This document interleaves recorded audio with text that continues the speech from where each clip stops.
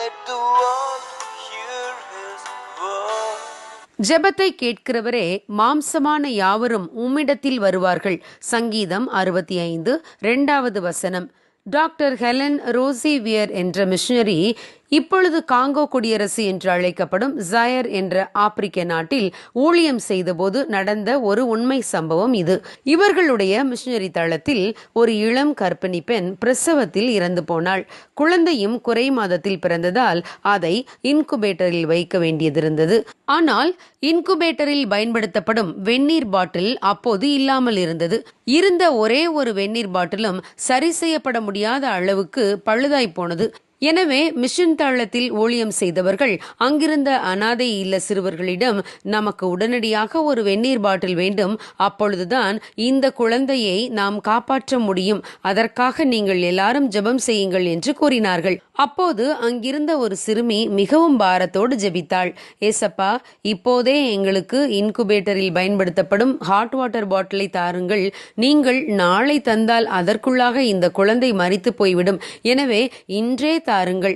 அதோடு இந்த குழந்தையின் சிறிய சகோதரிக்கு ஒரு விளையாட்டு பொம்மையும் தாருங்கள். தாயை இழந்த அவள் தனிமையை மறக்கட்டும் என்று சொல்லி பாரத்தோடு ஜெபித்தாள். என்ன ஆச்சரியம்! அன்றே இங்கிலாந்திலிருந்து ஒரு மிகப்பெரிய பார்சல் வந்தது. அதை ஊழியர்கள் பிரிக்கும்போது அனாதை இல்ல சிறுவர்கள் அனைவரும் சுற்றி நின்று விசுவாசத்தோடும் எதிர்பார்ப்போடும் பார்த்து கொண்டிருந்தார்கள். உள்ளே இருந்த பொருட்கள் ஒவ்வொன்றாய் வெளியே எடுக்கப்பட்டது. ஒரு சில துணிமணிகளை எடுத்த பிறகு வெந்நீர் பாட்டில் ஒன்று அதற்குள் இருந்தது. அதை பார்த்ததும் சிறுவர்களுக்கு ஒரே ஆச்சரியம். இந்த காரியத்துக்காக பாரத்தோடு ஜெபித்த சிறுமி, நான் ஒரு விளையாட்டு பொம்மைக்காகவும் ஜெபித்திருக்கிறேன் அல்லவா, அதுவும் நிச்சயம் வந்திருக்கும் என்று நான் விசுவாசிக்கிறேன் என்று தன் கைகளை உள்ளே விட்டு தேட ஆரம்பித்தாள். ஆச்சரியம் என்னவென்றால், அந்த பெட்டிக்கு அடியில் ஒரே ஒரு அழகிய பொம்மை ஒன்றும் அனுப்பப்பட்டிருந்தது. இந்த பெட்டி இங்கிலாந்து தேசத்து பெண்கள் ஐக்கியத்தின் மூலம் 5 மாதங்களுக்கு முன்பு சேகரிக்கப்பட்டு அனுப்பி வைக்கப்பட்ட ஒரு பெட்டி. ஆம் பிரியமானவர்களே, தேவன் நம் தேவைகளை அறிந்திருக்கிறார். நாம் ஜெபிக்க ஆரம்பிக்கும் முன்பே தேவன் அதை ஆயத்தப்படுத்தி ஏற்ற நேரத்தில் நம் கைகளில் அது கிடைக்கும்படி செய்கிறார். நம் தேவன் ஜெபத்தை கேட்கிறவர்.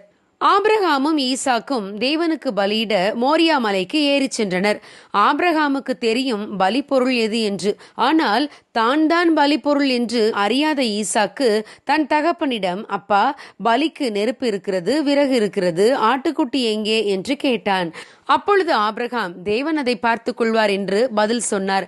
ஆபிரகாமுடைய கீழ்ப்படிதலை பார்த்து ஈசாக்கு பலியிடப்படுவதை தடுத்து நிறுத்திய தேவன் முட்புதர்கள் நடுவிலே சிக்கியிருந்த ஒரு ஆட்டுக்குட்டியை ஆபிரகாமுக்கு காண்பித்தார்.